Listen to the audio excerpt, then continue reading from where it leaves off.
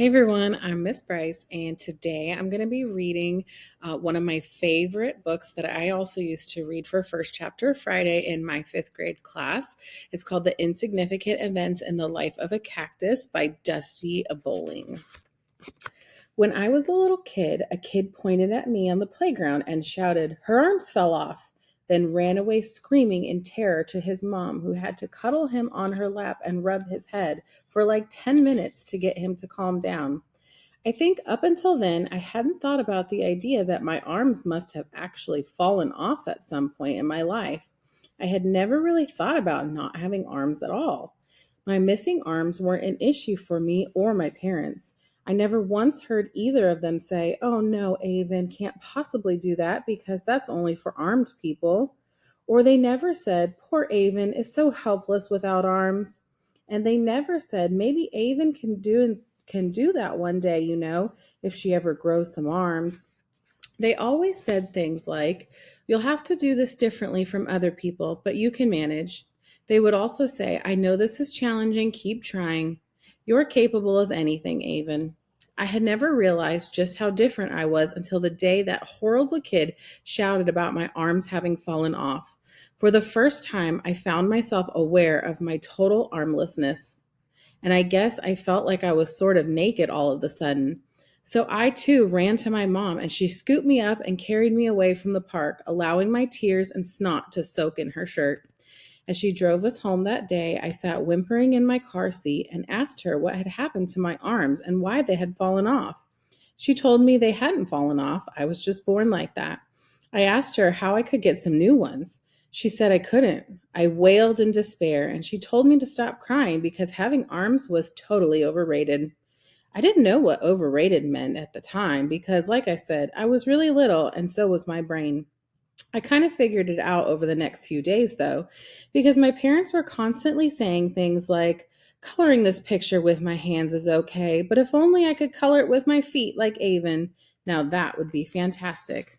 And eating spaghetti with my arms is just so boring. I wish I could eat with my feet. And the only person I know who can pick their nose with their toes is Avon. She sure is a special little girl." Dad even went so far as to ask Mom if there were any arm removal services in the area. Growing up, I could do most everything everyone else with arms could do: eat cereal, brush my teeth, my hair, get dressed, and yes, even wiping my own bottom. I know you're instantly wondering how I do it, and maybe I'll tell you later. Maybe. Until then, you'll just have to live in suspense. Sure, these things take longer for me. Sometimes they take a lot longer. Sometimes I have to use a special tool like a hook or strap or something like that. And every now and then I want to scream in frustration and kick a pillow until the stuffing comes out because it takes me 20 minutes to get my pants buttoned. But I can button my pants. I think I can do all these things because my parents have always encouraged me to figure things out on my own. Well, more like made me figure out things on my own. I suppose if they had always done everything for me, I would be helpless without them. But they didn't, and I'm not helpless. And now that I'm 13 years old, I don't need much help with anything. True story. When I started kindergarten, the kids were a little weirded out by my lack of armage. I got asked just about every day what had happened to my arms, as well as a billion other silly questions, like how do I make farting noises with my armpits when I don't have arms or hands or pits, and how do I play dress up, which I tried showing them and ended up with a poofy pink tutu thing stuck around my head for about 5 minutes before the teacher finally noticed and helped me pull it down to my waist. I got so tired of telling them the same boring story about being born without arms that I started making stuff up. It was hilarious. I knew from the first moment I told a girl my arms had burned off in a fire, I had found a great hobby: making up stories.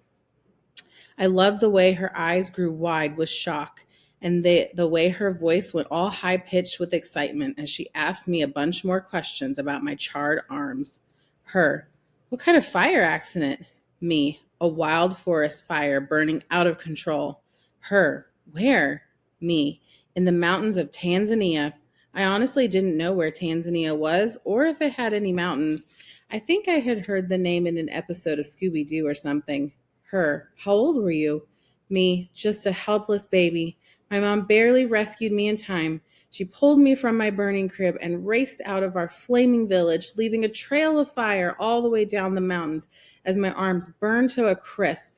Then they looked like two pieces of bacon by the time we got to the village hospital. Another kid standing nearby, cooked or uncooked. So I kind of traumatized her and had to have a meeting with my parents and the teacher later about my story. My parents squinted their eyes and pursed their lips and nodded their heads as the teacher told them, Avon told another child that her arms burned off in a wildfire in the mountains of Tanzania. She peered at them over her glasses, frowning. She also mentioned something about bacon. I had never seen such a serious look on my parents' faces before. They were concentrating so hard on being serious, their heads might explode if they blinked. They said seriously they would talk to me about it and shook the teacher's hand seriously and gave me a serious look as we walked seriously out of the school. But I could tell they weren't mad because all the way home I would hear them softly snort, and the other would giggle, and then the other would shake from laughing, but trying not to laugh out loud, and on like that the whole way home. They later told me just to be truthful so I didn't upset any other kids. And I did for a long time. But then one day in fifth grade, we had a new kid come to our school. I had gone to the same school since kindergarten, so all my friends knew I was just born with no arms.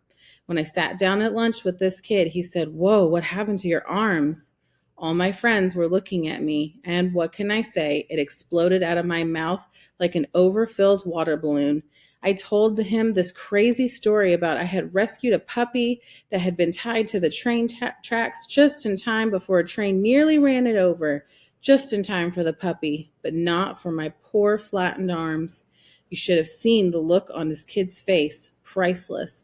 But my best friend Emily burst out laughing, and my friend Kayla spit chocolate milk across the table. The new kid realized it was a joke and started laughing too.